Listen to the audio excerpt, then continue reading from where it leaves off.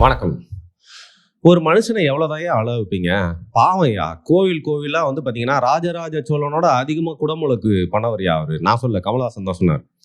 அது மட்டும் இல்லாம, சென்னையில வந்து என்னதான் துறைமுகம் சென்னைக்கு ஒரு வளர்ச்சிக்கு, டெவலப்மென்ட்க்கு ஒரு பெரிய ரீசனா இருந்தாலும், அந்த துறைமுகமே வந்து பார்த்தீங்கன்னா வந்து டெவலப் ஆயிருக்குன்னா, அதுக்கு காரணம் இவர்தான் வந்து அவரே சொல்லிப்பாருயா.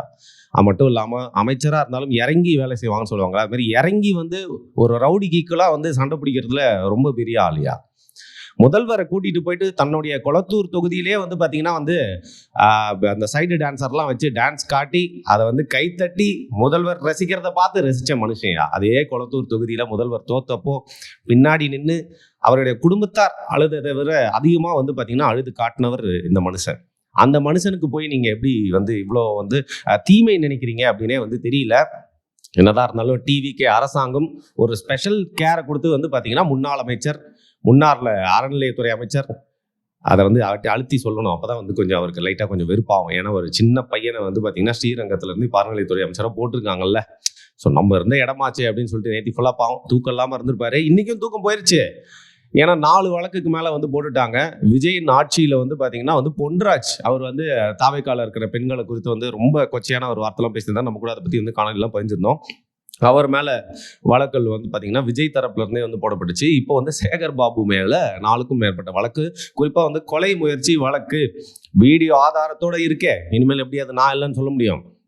நம்ம துறைமுகம் தொகுதியில வந்து பாத்தீங்கன்னா டிவிகேவின் சிக்னோரா அசோக் அவர் வந்து பிரச்சாரம் பண்ணிட்டு இருக்கும்போது தேர்தலுக்கு முன்னாடி வந்து பாத்தீங்கன்னா ஒரு 4 குண்டர்களை கூட்டு போயிட்டு வந்து எல்லாருமே பார்த்துட்டு இருக்க சூழ்நிலையில பப்ளிக்கு முன்னாலே வந்து அவரை தாக்க முயற்சி செஞ்சாரு. ஆக்சுவலா தாக்கிட்டாரு அப்படின்னு நினைக்கிறேன். அந்த வீடியோ கூட இருக்கு. அப்பேற்பட்ட சேகர் பாபு மேல பாத்தீங்கன்னா ஸ்பெஷல் கேர் எடுத்து வழக்கு போட்டிருக்காங்க. கொலை முயற்சி வழக்கு. எனக்கு தெரிஞ்சு இது வந்து சும்மா பேருக்காக போடப்பட்ட வழக்கா இருந்துடக்கூடாது, இருக்காது அப்படின்னு நம்புவோம்.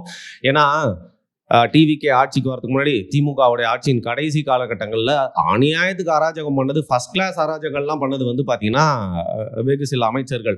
அதில் வந்து பார்த்தீங்கன்னா வந்து சேகர் பாபு மிகவும் முக்கியமானவர். மீடியாவை பார்த்தா நக்கலாக பேசுறது, அதுலேயே வந்து யூடியூப் சேனல்லாம் வந்து மரியாதையே இல்லாமல் பேசுறது, குறிப்பாக வந்து ஒடுக்கப்பட்ட மக்கள் நடத்தக்கூடிய போராட்டத்தில் போயிட்டு பார்த்தீங்கன்னா கலைச்சி விடுறது மட்டும் இல்லாமல் அங்கே போயிட்டு வந்து தன்னுடைய பண்ணையார் புத்தியை காமிக்கிறது, இந்த மாதிரி நிறைய விஷயங்கள் சென்னையை சுற்றி பண்ணது மட்டும் இல்லாமல் எவ்வளோ தைரியம் இருந்தால் தளபதி, அதை ஓல்டு தளபதி ஸ்டாலினே தோக்கடிப்பீங்க. தோக்கடிச்சுட்டு அழுகுற மாதிரி நடிப்பு வேற. இப்போ உங்க மேலே கேஸ் போட்டிருக்காங்க பாருங்க.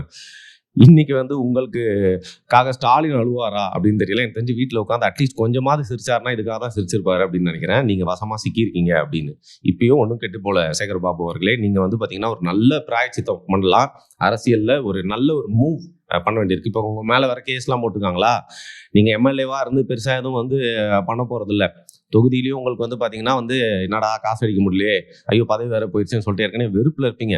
இந்த சூழ்நிலையில் நீங்கள் என்ன பண்ணலாம் அப்படின்னு பார்த்தீங்கன்னா, உங்களுடைய எம்எல்ஏ பதவியை ராஜினாமா செய்துவிட்டு நீங்கள் கொளத்தூரில் ஒருத்தரை வச்சு சம்பவம் பண்ணிட்டீங்கல்ல, அந்த பாவத்தை வந்து பார்த்தீங்கன்னா கழுவுறதுக்காக தினம் தினம் வந்து மக்களுக்காக நடந்தும் ஓடிக்கொண்டும் வெளிநாடுகளுக்கு போய் சைக்கிள் ஓட்டி கொண்டும் இருந்த நம்மளுடைய முன்னாள் முதல்வர் இன்னைக்கு வந்து பார்த்தீங்கன்னா கொளத்தூரில் தோத்து வீட்டில் வந்து ரெஸ்ட் எடுத்துட்டு நல்ல விதமா ட்வீட்டுகளை போட்டுக்கொண்டு இருக்கும் ஸ்டாலின் அவர்களை மீண்டும் சட்டமன்றத்துக்குள்ள உட்கார வைக்கணும்ன்ற ஆசை எங்களுக்கே இவ்வளவு இருக்குன்னா உங்களுக்கு எவ்வளவு இருக்கும்? அதனால என்ன பண்ணுங்க, உங்களுடைய எம்எல்ஏ பதவியை ராஜினாமா செய்துவிட்டு ஸ்டாலின் அவர்களை மீண்டும் துறைமுகம் தொகுதியில் நிக்க வைத்து, உங்க தொகுதி இல்லையா, அண்ணனுக்கு நான் தான் செய்வேன் அப்படிங்கிற மாதிரி வந்து பாத்தீங்கன்னா நீங்க அழுது சிரிச்சு ஊருண்டு பிறண்டு எப்படியாவது அவர் வந்து ஜெயிக்க வச்சிருங்க.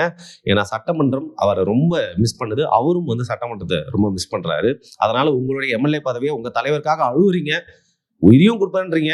ஸோ இந்த பதவியை விட்டு கொடுக்க மாட்டீங்களா? எம்எல்ஏ பதவி தானே ஆஃப்டர் ஆல். ஸோ நம்மளுடைய திமுக தலைவரும் வந்து அடிக்கடி சட்டமன்றம் வந்துட்டு போனா வந்து விஜய் இருக்க அதே இடத்துல உதயநிதி அவர்களை பார்த்தா வந்து சில நேரத்தில் செட் ஆகுது, சில நேரத்தில் செட் ஆகல. ஸ்டாலின் அவர்களும் இருந்தால் வந்து பார்த்தீங்கன்னா ஒரு அங்கிள் இருந்த இடத்துல வந்து முதல்வர் இருந்த மாதிரி வந்து பார்த்தீங்கன்னா 2 பேருமே வந்து பரஸ்பரமாக நிறைய விஷயங்கள் வந்து பேசிப்பாங்க. அதுக்கு நீங்கள் தான் உதவி செய்யணும்.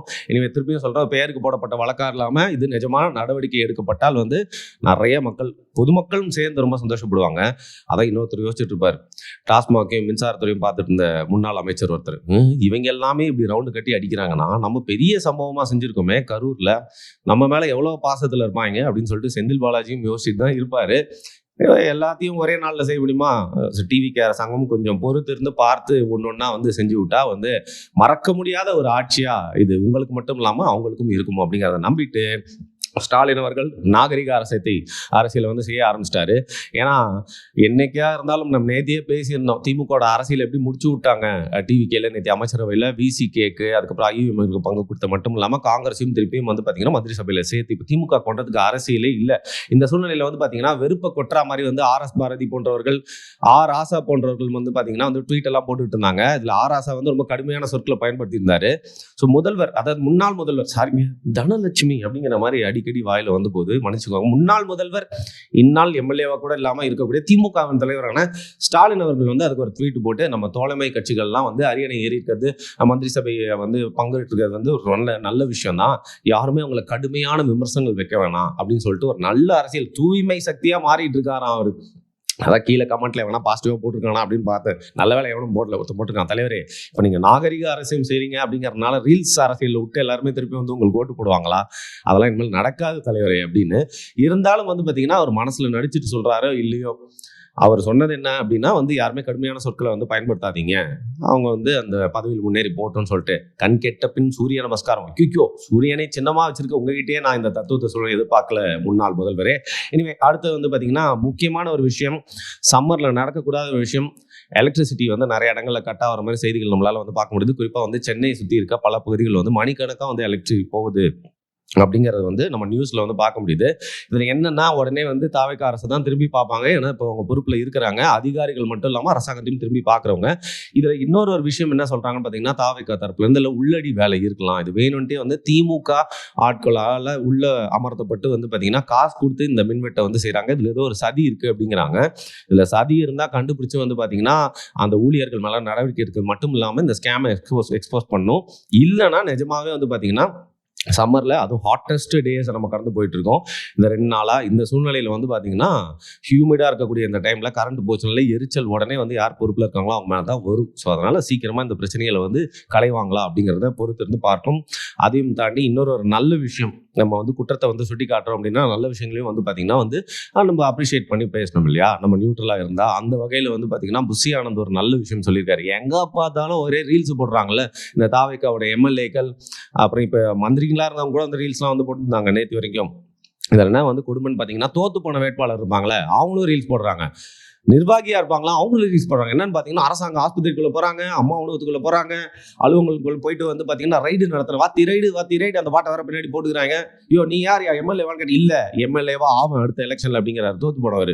இன்னொருத்தர் வந்து தாவேக நிர்வாகி, இல்ல எம்பி சீட்ல எனக்கு சீட்டு கொடுப்பாங்களே அப்படின்னு சொல்லிட்டு வந்து பாத்தீங்கன்னா போற எல்லா இடங்களும் ரைடு பண்றது அப்படிங்கிறது நிஜமாவே வந்து தாவேக மேல இன்னைக்கு ஒரு கரைப்படியுது, அவங்க மேல ஒரு குற்றச்சாட்டு வந்து மக்கள் மத்தியில் ஒரு சின்ன அன்ஈசினஸ் இருக்கு அப்படின்னா வந்து பாத்தீங்கன்னா அந்த ரீல்ஸ் எல்லாம் பார்த்து பொதுமக்கள் நிறைய பேர் அதெல்லாம் வந்து என்னங்க இது அரசாங்க ஆஸ்பத்திரிக்குள்ள போய் இப்படி ரைட்லாம் பண்ணலாமா, அம்மா உணவகத்துல இந்த தாவேக நிர்வாகி போய் ரைட் பண்றதுக்கு அவருக்கு யாருங்க வந்து பெர்மிஷன் கொடுத்தது அப்படிங்கிற மாதிரி நிறைய பேச்சுக்கள்லாம் எழுந்தோன்னே அதை வந்து காதலை வாங்கிட்டு நிஜமாவே வந்து பார்த்தீங்கன்னா இன்னைக்கு வந்து சொல்லியிருக்காப்புல, தாவேக நிர்வாகிகள் எம்எல்ஏக்கள் யாருக்குமே இந்த மாதிரி ரைடுலாம் போகாதீங்க, அது வந்து உங்களுக்கு வந்து அதுக்கான அத்தாரிட்டி இல்லை, இந்த மாதிரி எல்லா இடங்கள்லையுமே வந்து நீங்கள் போகிறது அப்படிங்கிறது வந்து சரியில்லை, அதனால நிறுத்திக்கோங்க, நிர்வாகத்தில் வந்து தலையிடாதீங்க அப்படின்னு சொல்லியிருக்காரு. நிஜமாவே சொன்னது வந்து இவங்களுக்குலாம் போய் கேட்டுச்சு அப்படின்னா இந்த ட்ரெண்ட் வந்து நிற்கும் அப்படின்னு நினைக்கிறேன். ஏன்னா இது வந்து கொஞ்சம் எல்லை மீறி போயிட்டு இருக்க மாதிரி வந்து தெரியுது. அவருடைய பேச்சு கேட்டு வந்து நிறுத்துறாங்களா அப்படிங்கிறத இன்ஸ்டாகிராமில் தொடர்ந்து நாம் பார்க்கலாம், கண்காணிக்கலாம். எனவே மறந்துடாதீங்கப்பா, சேகர் பாபு அந்த வழக்கு கொஞ்சம் பார்த்து நல்லா பண்ணி விடுங்க, வழக்கு போட்டதோன்னு நிறுத்திக்காதீங்க, இதை கொஞ்சம் துரிதப்படுத்தி சீக்கிரமா வந்து பார்த்தீங்கன்னா